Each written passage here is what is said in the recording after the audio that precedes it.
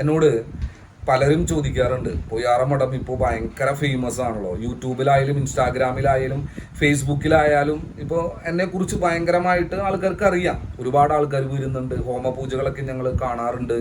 അതുപോലെ ഇവിടെ അമാവാസിയും പൗർണമിയൊക്കെ ആയിട്ട് ഭയങ്കരമായിട്ടുള്ള പ്രോഗ്രാംസുകളുടെ വീഡിയോസൊക്കെ നമ്മൾ കാണാറുണ്ട്. അപ്പോൾ നിങ്ങൾ ഇത്രയും ഫേമസ് ആയിട്ട് എന്തിനാണ് ഇങ്ങനെ ബിസിനസ് എന്ന് പറഞ്ഞിട്ട് ഒരുപാട് ഓടി നടക്കുന്നതായിട്ടുള്ള വീഡിയോസും കാണാറുണ്ട്? എന്തിനാണ് ഇങ്ങനെ ഓടി നടന്ന് ബിസിനസ് ചെയ്യുന്നത്? നിങ്ങൾക്ക് മനസമാധാനമായിട്ട് സമാധാനത്തോടു കൂടി മഠത്തിൽ ഇരുന്നു കൂടെ? എന്തായാലും മഠവും ഇപ്പോൾ ഫേമസ് അല്ലേ എന്ന് എന്നോട് ചോദിക്കാറുണ്ട്. അവർ ചോദിക്കുന്നത് ന്യായമായ ഒരു കാര്യമാണ്. നമ്മളെ സംബന്ധിച്ചിടത്തോളം പൊയ്യാറ വിഷ്ണുമായ മഠത്തിൽ വരുന്ന ആൾക്കാർ ദുഃഖങ്ങളും ദുരിതങ്ങളുമായിട്ട് പൊയ്യാറ മഠത്തിൽ വിഷ്ണുമായ സ്വാമിയുടെ അടുത്ത് അഭയം തേടിയിട്ട് വരുന്നവരാണ്. അപ്പോൾ അവരെന്നോട് നേരിട്ടിരുന്ന് അവരുടെ ദുഃഖങ്ങളും ദുരിതങ്ങളും സംസാരിക്കുമ്പോൾ ആ ദുഃഖങ്ങളും ദുരിതങ്ങളും പറയുന്ന ആൾക്കാരെടുത്ത് അവരുടെ സാമ്പത്തിക പ്രശ്നങ്ങളും അല്ലെങ്കിൽ ഭയങ്കര വലിയ പ്രശ്നങ്ങളുമായിട്ട് വരുന്ന ആൾക്കാരെടുത്ത് അതിന് ഇത്ര പണമാവും, ഇന്ന പൂജകൾ ചെയ്താൽ മതി, ഇന്ന കാര്യങ്ങൾ ചെയ്താൽ മതി എന്ന് പറഞ്ഞ് അവരിൽ നിന്നൊരു പണം വാങ്ങുക എന്ന് പറയുന്നത് എന്നെ സംബന്ധിച്ചിടത്തോളം ഭയങ്കര ബുദ്ധിമുട്ടുള്ളൊരു കാര്യമാണ്. അപ്പം ഞാൻ അവരോട് പറയാറുള്ളത്, നിങ്ങളാൽ സാധിക്കുന്നത് എന്താണോ ആ ഭഗവാന് കൊടുത്ത് പ്രാർത്ഥിക്കാനാണ് പറയാറ്. അപ്പോൾ സ്വാഭാവികമായിട്ടും ഞാൻ ഫേമസ് ആവുന്നതിനനുസൃതമായിട്ട് പൊയ്യാറ മഠത്തെക്കുറിച്ച് കൂടുതൽ ആൾക്കാർ അറിയുന്നതിനനുസരിച്ച് ആൾക്കാർ ഒരുപാട് വരും ചെയ്യും.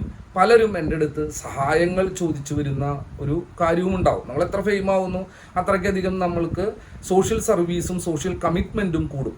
അപ്പം അങ്ങനെ ഉണ്ടാവുന്ന സമയത്ത് എല്ലാവർക്കും വേണ്ടതൊരു പണമാണ് വേണ്ടത്. പണം കൊണ്ടുള്ള സഹായമാണ് ഏറ്റവും വലിയൊരു സഹായമായിട്ട് അവർ കാണാം. വെച്ചാൽ അവർ അത്രയും ദുരിതത്തിൽ നിന്ന് അവർക്ക് സൊല്യൂഷൻ കിട്ടണമെങ്കിൽ പണത്തിൻ്റെ ഒരു വരവുണ്ടായാലേ പറ്റുള്ളൂ. അപ്പം എൻ്റെ അടുത്ത് പണം ചോദിക്കുമ്പോൾ രണ്ട് കാര്യങ്ങളാണ് എനിക്ക് ചെയ്യാൻ പറ്റുള്ളൂ. ഒന്നല്ലെങ്കിൽ ഇവിടെ വരുന്ന ആൾക്കാരുടെ അടുത്ത് പണം വാങ്ങിയുള്ള പൂജകൾ ചെയ്യുന്നതിന് നിർബന്ധിതമാവും.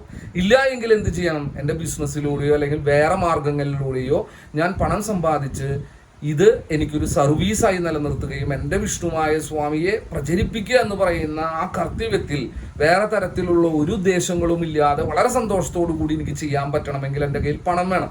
ആ പണം ഉണ്ടാക്കാൻ എനിക്ക് ഇന്ന് ലോകത്തിലെ ഏറ്റവും നല്ല ഇൻഡസ്ട്രിയാണ് ഗോൾഡ് ആൻഡ് ഡയമണ്ട് ഇൻഡസ്ട്രി. ആ ഇൻഡസ്ട്രിയിൽ എനിക്ക് എക്സ്പീരിയൻസ് ഉണ്ട്. അപ്പോൾ അതിനനുസൃതമായി ഞാൻ മാക്സിമം ആ ബിസിനസ് ചെയ്യാനായിട്ട് എല്ലാ സ്ഥലങ്ങളിലും ഞാൻ ഓടാറുണ്ട്.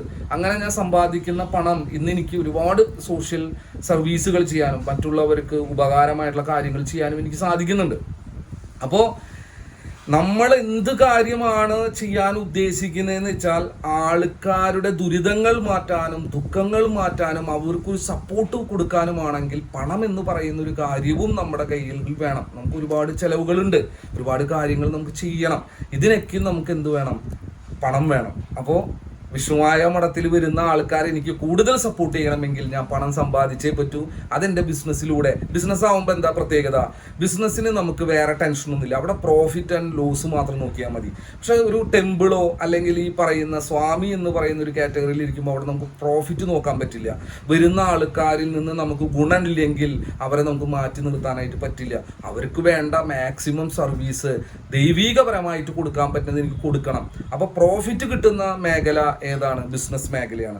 അവിടെ നമ്മൾ കുറേ ഇഫേർട്ട് ഇട്ട് എന്നാൽ കഴിയുന്ന രീതിയിൽ അവിടെ എന്ത് കാര്യം ചെയ്താലും ബിസിനസ്സാണ്. അവിടെ നമുക്ക് വേറെ ഇമോഷൻ നോക്കണ്ട, പ്രോഫിറ്റ് മാത്രം നോക്കുക. എത്രത്തോളം നമുക്ക് പൈസ സമ്പാദിക്കാൻ പറ്റും, ആ പൈസ സമ്പാദിച്ചത് എൻ്റെ അടുത്ത് വരുന്ന എന്നെ കാണാൻ വരുന്ന ആൾക്കാരിലേക്ക് അതൊരു സർവീസായിട്ടും അവരുടെ ദുരിതങ്ങൾ മാറ്റാനും എന്നാൽ കഴിയുന്ന സഹായങ്ങൾ ചെയ്യണമെങ്കിൽ എനിക്ക് സമ്പാദിച്ചേ പറ്റൂ. അതുകൊണ്ടാണ് ഞാൻ സത്യം പറഞ്ഞു കഴിഞ്ഞാൽ ഓടുന്നത്.